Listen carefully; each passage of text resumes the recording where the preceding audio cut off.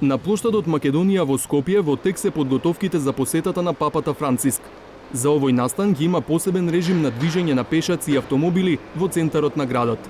За да можете лесно да се снајдете како посетител, но и за да го заобиколите центарот, од голема полза е оваа интерактивна мапа достапна на сајтот papa.mk. На неа е прикажана така наречената рестриктивна зона со популарните мал ринг и голем ринг. Обележани се улиците затворени за сообраќај, контролните точки, како и влезовите на плоштадот. Тоа се точките обележани со жолта, сина и црвена боја. Граѓаните кои сакаат да присуствуваат на литургијата, на плоштадот ќе може да пристапат преку еден од трите влезови. Два од нив ќе бидат поставени веднаш зад мене во близина на споменикот на Методија Андонов Ченто, додека третиот влез ќе биде од страната на градскиот трговски центар. Низ влезовите граѓаните ќе може да поминат само со еден од бесплатните билети, документ за лична идентификација и секако ако се поминат строгите безбедносни проверки. Но за да влезете во зоната мал ринг, која ќе биде строго обезбедена и да пристапите кон плоштадот, ќе треба да поминете низ еден од 9 влезови. Тоа се точките со бели звездички. Таков влез кој се уште не значи дека имате пристап до плоштадот, ќе има на пример на улицата Даме Груев кај Министерството за финансии. Еден од влезовите ќе биде поставен и пред Министерството за правда.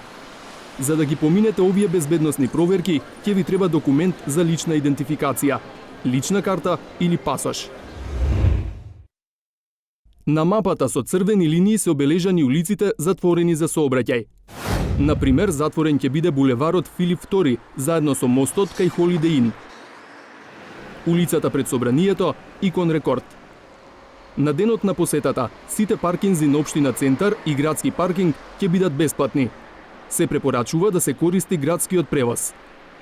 Сепак, за граѓаните кои сакаат да возат, препорачливо е да ги користат улиците подалеку од центарот на градот. Сите оние кои што со автомобил ќе сакаат да го заобиколат централното градско јадро, тоа ќе можат да го направат, на пример, на оваа крстосница. Булеварот Илинден, кој поминува покрај владата, ќе биде отворен за сообраќај. Со автомобил ќе може да се помине и по булеварот Гоце Делчев, кој преку мостот води до комплексот судови. Кејот на двете страни на Вардар е зона забранета за било какво движење, од мостот Гоце Делчев до оној кај Министерството за надворешни работи.